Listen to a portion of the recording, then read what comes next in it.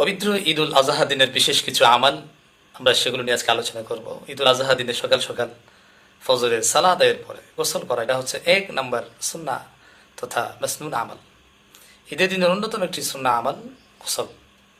হাদিস শরীফ এসছে, হযরত আলীউল মুরতাদা রাদিয়াল্লাহু তাআলা আনহুকে সুন্নাহ গোসল সম্পর্কে প্রশ্ন করা হলে তিনি বলেছিলেন, ইয়াউমাল জুমুআতি ওয়া ইয়াউমা আরাফাতা ওয়া ইয়াউমান নাহরি ওয়া ইয়াউমাল ফিতর। তিনি বলেছিলেন জুমার দিন, আরাফার দিন, ঈদুল আজহার দিন এবং ঈদুল ফিতরের দিন গোসল হচ্ছে সুন্নাহ গোসল। সুবহানাল্লাহ। সুনানুল কুবরা লিল বাইহাকিতে বর্ণনা আসছে। 2 নম্বর মাসনুন আমাল হচ্ছে উত্তম পোশাক পরিধান এবং সুগন্ধি ব্যবহার করা। হুজুর করিম সাল্লাল্লাহু আলাইহি ওয়া সাল্লামার লাইফস্টাইল, মানে ঈদুল ফিতর আজহায় যে কাজ ছিল সেটা ছিল ওয়া কানাত লিন নবী সাল্লাল্লাহু আলাইহি ওয়া সাল্লামা জুব্বাতুন ইয়ালবাসুহা ফিল ঈদাইনি ওয়া ইয়াউমিল জুমআতি। হাদিসে নববীতে এসে হুজুর আকরাম সাল্লাল্লাহু আলাইহি ওয়া সাল্লামার একটা নুরানি জুব্বা মুবারক ছিল, আর সেটা তিনি 2 ঈদ এবং জুমার দিনে পরিধান করতেন। সহিহ ইবনে খুজাইমাতে বর্ণনা আসছে। ঈদের দিনের অন্যতম গুরুত্বপূর্ণ আমাল হচ্ছে পায়ে হেঁটে ঈদগাহে যাওয়া, গাড়িতে করে নয়, ঘোড়ায় চড়ে নয়, পায়ে হেঁটে। হাদিসে নববীতে এসেছে মিনাস সুন্নতি আন তাখরুজা ইলাল ঈদি মাশিয়ান, অর্থাৎ ঈদের দিনের সুন্নাহ হলো পায়ে হেঁটে ঈদগাহে যাওয়া। ইমাম তিরমিজি রাহিমাহুল্লাহ বলছেন, অধিকাংশ আলিম এ অনুযায়ী আমল করেন এবং তাদের মত পুরুষ ঈদগাহে পায়ে হেঁটে যাবে এটা হচ্ছে মুস্তাহাব, আর গ্রহণযোগ্য কোনো কারণ ছাড়া যানবাহনে আরোহণ করবে না। সুনান তিরমিজিতে বর্ণনাটা এসছে। ঈদগাহে এক রাস্তা দিয়ে যাবে, ভিন্ন রাস্তা দিয়ে ব্যাক করবে, এটা ঈদুল আজহা এবং ফিতরের অন্যতম গুরুত্বপূর্ণ সুন্নাহ। সাইয়্যিদুনা জাবের রাদিয়াল্লাহু তাআলা আনহু বর্ণনা করছেন, কানা নবী সাল্লাল্লাহু আলাইহি ওয়া সাল্লাম ইযা কানা ইয়াউমা ঈদিন খালাফা আত-তারিক।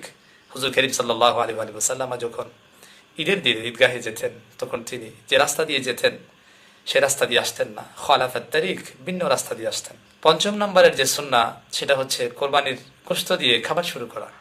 কানা রাসূলুল্লাহ সাল্লাল্লাহু আলাইহি ওয়া সাল্লাম ওয়া লা ইয়াকুলু ইয়াউমাল আযহা হাত্তা ইয়ারজি'a ফায়াকুলা মিন উদহিয়াতিহি। হুজুর আকরাম সাল্লাল্লাহু আলাইহি ওয়া সাল্লাম ঈদুল আজহার দিনে ঈদের সালার পূর্বে কিচ্ছু খেতেন না।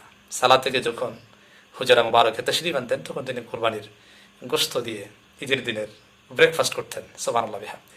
অর্থাৎ সকালের নাস্তাটাও খাওয়া হতো না, তিনি বরং কোরবানির গোশতটাই ওই দিনের প্রথম খাবার হিসেবে গ্রহণ করতেন। এরপরে 6 নম্বরের সুন্নাহ হচ্ছে ঈদের শুভেচ্ছা বিনিময় করা।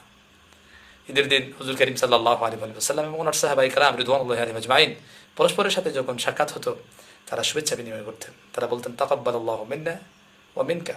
كان أصحاب رسول الله صلى الله عليه وآله وسلم إذا التقوا يوم الجمعة يقول بعضهم لبعض تقبل الله منا ومنك। সাহাবায়ে কেরাম রিদওয়ানুল্লাহি আলাইহিম আজমাইন তারা যখন পরস্পর মিলিত হতেন তারা বলতেন যে আল্লাহ তাআলা আপনার সমস্ত নেক আমল, ফেলাল খায়রাত এবং আমাদের সমস্ত নেক আমল মঞ্জুর করুন।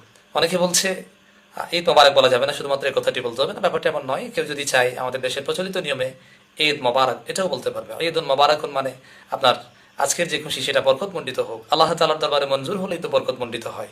সুতরাং এটা বেদাত বা খারাপ এমন কিছু নয়, বরং আমরা একে অপরকে বলতে পারি তাকাব্বালাল্লাহু মিন্না ওয়া মিনকুম এবং সাথে ঈদুল মোবারকুন, ঈদ মোবারক।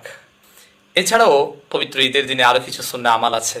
সকাল সকাল ঘুম থেকে ওঠা, মিসওয়াক করা, ফজরের সালাতের পর থেকে ঈদের সালাহ আদায় পর্যন্ত অন্য কোনো নফল না পড়া, এটাও সুন্নাহ।